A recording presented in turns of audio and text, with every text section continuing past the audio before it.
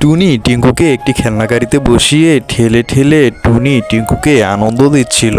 টিঙ্কু অনেক এনজয় করতেছিল আর তার মাকে বলতেছিল, মা তুমি অনেক ভালো, তুমি আমার সকল ইচ্ছা পূরণ করো।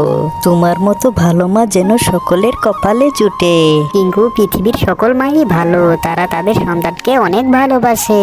চল বাবা, এখন ঘরে চল, অনেক খেলাধুলা করে ফেলেছিস। তারপর টুনি আর টিঙ্কু ঘরে চলে যায়। তারপর সেখানে একটি ডাইনি চলে আসে আর বলে, আমার ছেলের কোনো গাড়ি নেই, তাই টুনির ছেলেরও কোনো গাড়ি থাকতে পারবে না, তাই আমি এখন গাড়িটিকে পুড়িয়ে দিই।